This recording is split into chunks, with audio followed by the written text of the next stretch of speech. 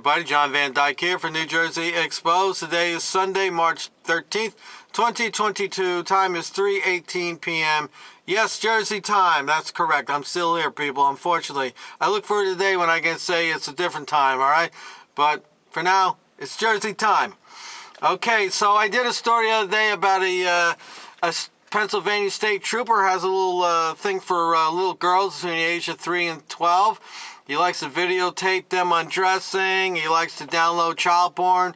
Admitted to doing it for several years, so he's got a little thing for it. It wasn't just a lapse of judgment. It was a habit. So some of you people made some comments and it encouraged me to go out there and see what else the Pennsylvania state troopers are up to.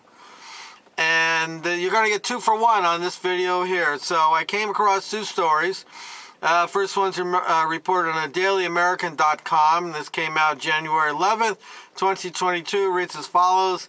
State trooper charged of felony after off-duty dispute in Summerhill Township. And here's the story right there.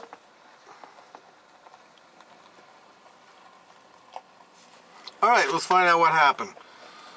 A Pennsylvania State Police trooper who works as a criminal investigator out of the Ebensburg Barracks was arrested and charged with a felony following an off-duty physical altercation at a residence in Summerhill Township, Cambria County, during the early morning hours of January 8th. Well, violence, is that the first thing that came to your mind? Violence? Because you know that's their go-to thing. Violence and sexual deviations, those are the 2 big things these heroes like to do. Trooper Scott Thomas Myers, 34, Summerhill, has been suspended without pay, that's not good, pending resolution of the criminal charges against him, according to a news release by Corporal Brent Miller. On the evening of January 7th, Myers and his wife attended a gathering with several friends at one of their homes. Wow, they got friends? And he's got a badge bunny. Well, I guess the badge bunny just got an eye-opener, huh?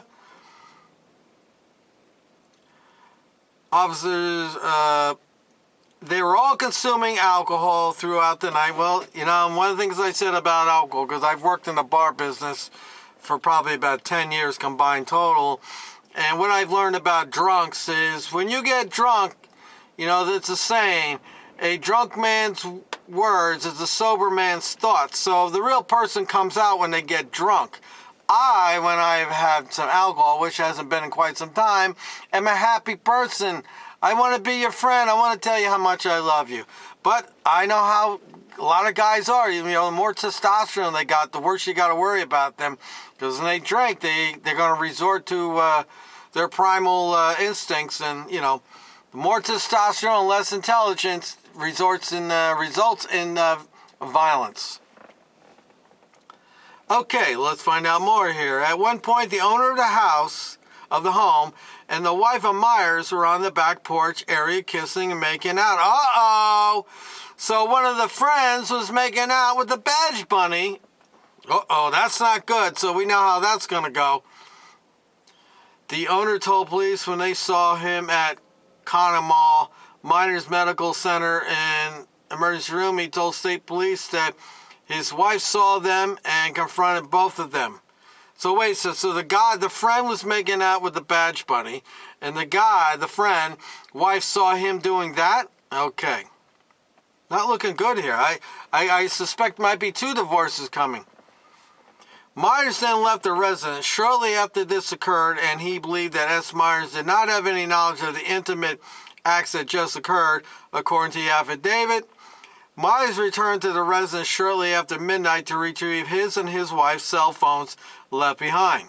So wait, he said he's been drinking, so was he out there driving around intoxicated? Myers asked the owner of the home to step out of the house. He did. The owner said he attempted to speak with Myers on the back porch and was struck in the face with a closed fist, Wilson wrote. Well, let me say this.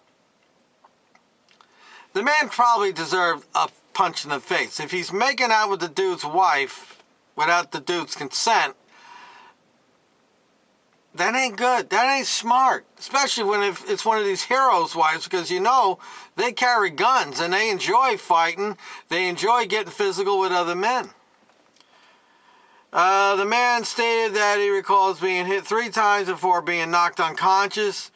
His wife related that she exited the residence as S. Myers was standing over her husband screaming, and S. Myers continued to scream as he was walking to the vehicle, stated, "If you report this, I will come back and burn your house down." Well, sir, boy, you think that guy's got some anger management problems? I feel sorry for anybody that gets stopped by him or has to be involved with him. The alleged victim's face was swollen on the right and left side, with the right eye completely swollen shut. He had a fracture to the right side of his face and was referred to a plastic surgeon for possible surgery, according to Wilson, who, along with Sergeant Lawrence Malone, interviewed the couple at the hospital. People, let me just say something.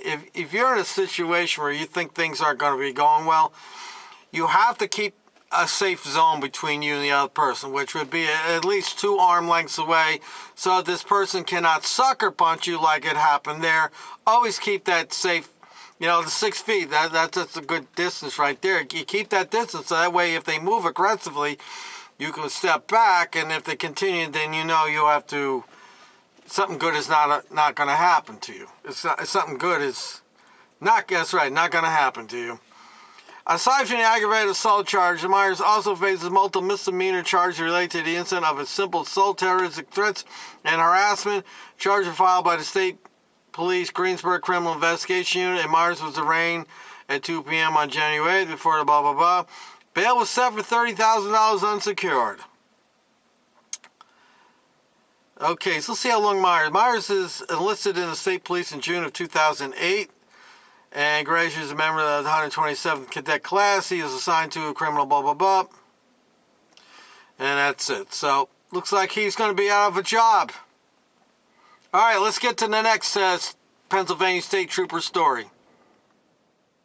Okay, our second Pennsylvania State Police story is, this came out on November 12th, 2021. Believe me, folks, there's more. I'm just doing the most recent ones. And this is reported on my Twintiers, mytwintiers.com. Pennsylvania State Police Corporal arrested for stealing, using heroin at work, covering it up. There it is. All right, I have not read this story, so let's find out what's happened here. This is out of Honesdale, Pennsylvania. A Pennsylvania State Police Corporal was arrested today on drug, forgery, and theft charges, amongst other. Corporal Brian Rickard, a supervisor in the Honesdale Criminal Investigation Unit, as a supervisor, police accused Rickard of stealing heroin from the Troop R Honesdale evidence room, ingesting it while at work and home, and using work computers and programs to cover up the thefts. Well, that's nice. You get stopped by this guy, and who knows, he's flying on heroin, or maybe he's not flying on heroin, which makes it probably worse, so he'd probably be agitated and everything. This is what's running around, out there protecting and serving us. Right, bootlickers? You still want to believe they're all out there protecting us? I don't believe it for one moment. The State Police Bureau of Integrity and Professional Standards in the Attorney General's office filed the charges on Friday. Rickard has been suspended without pay, which means he's done. He is accused of the following felony and misdemeanor charges: obstructing administration of law or other government function, forgery, alter writing. So I guess he tried to change the records as to how much heroin they had in the room. Tampering records or identification, tampering with or fabricating physical evidence, theft by unlawful taking or disposition movable property, criminal use of a communication facility, unlawful use of computer and other computer crimes, acquisition or obtaining possession of controlled substance by misrepresentation, use of or possession with intent to use drug paraphernalia. Now, I'm surprised they didn't get him for official misconduct. That's really a charge that should be added on there. But he won't go down for all of this. He'll be out of a job, and maybe he'll get a couple months in the county, and he'll cry. He has he has a drug problem. He's going to go get counseling and blah, blah, blah. The whole pour me, another drink story. Corporal Rickard enlisted in the PSP in November. Wow, 2003. So that's what? Whoa, he's got 20 years in? Almost 20 years? And graduated as a member of the 115th Cadet Class. He assigned to the Troop R Homestead Criminal Investigating Unit as a supervisor. Well, that's nice to know. That's what's overseeing the other heroes out on the road. All right, so we had two stories here. One whose wife was cheating on him, and he proceeded to punch the crap out of the guy that was apparently making out, with my understanding. And we got a druggie, a heroin head. Well, that's real nice. Good to know that this is what our taxpayer dollars are going to. And it's good to know that that's what's out there, enforcing laws and protecting us. I'm John Van Dyke. The links will be in the description. Till next time.